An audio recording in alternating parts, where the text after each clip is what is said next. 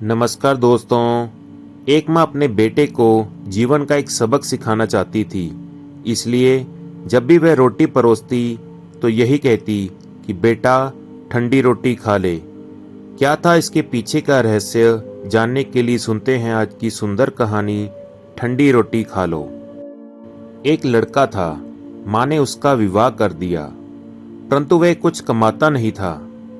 माँ जब भी उसको रोटी परोसती थी तब वह कहती कि बेटा ठंडी रोटी खा लो। लड़के की समझ में नहीं आया कि माँ ऐसा क्यों कहती है, फिर भी वह चुप रहा। एक दिन माँ किसी काम से बाहर गई तो जाते समय अपनी बहू को कह गई कि जब लड़का आए तो उसको रोटी परोस देना, रोटी परोसकर कह देना कि ठंडी रोटी खा लो। उसने अपने पति से वैसा ही कह दिया तो वह चिढ़ गया कि माँ तो कहती ही है, यह भी कहना सीख गई। वह अपनी स्त्री से बोला कि बता रोटी ठंडी कैसे हुई? रोटी भी गर्म है, दाल साग भी गर्म है, फिर तू ठंडी रोटी कैसे कहती है? वह बोली कि यह तो आपकी माँ जाने, आपकी माँ ने मेरे को ऐसा कहने के लिए कहा था, इसलिए मैंने कह दिया। वह बोला कि मैं रोटी नहीं खाऊंगा, माँ तो कहती ही थी, तू भी सी गई। माँ जब घर आई तो उसने बहू से पूछा कि क्या लड़के ने भोजन कर लिया? तो वे बोली कि उन्होंने तो भोजन किया ही नहीं, उल्टा नाराज हो गए।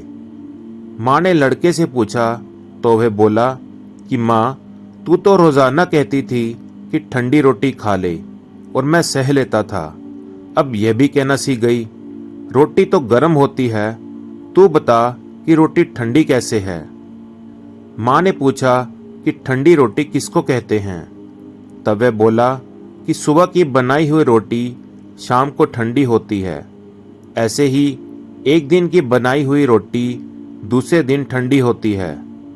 बासी रोटी ठंडी और ताज़ी रोटी गर्म होती है। तब माँ ने कहा कि बेटा अब तू विचार करके देख कि तेरे बाप की जो कमाई है वह ठंडी बासी रोटी है, गरम ताजी रोटी तो तब होगी जब तू खुद कमा कर लाएगा। तब लड़का समझ गया और माँ से बोला कि अब मैं खुद कमाऊंगा और गर्म रोटी खाऊंगा। दोस्तों, इस कहानी से ये शिक्षा मिलती है कि विवाह होने के बाद ठंडी रोटी नहीं खानी चाहिए, अपनी कमाई की रोटी खानी चाहिए।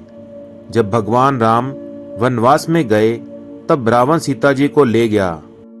किसी भी रामायण में यह सुनने में नहीं आया कि राम जी ने भरत को समाचार दिया हो कि रावण मेरी स्त्री को ले गया है, तुम मेरी सहायता करो।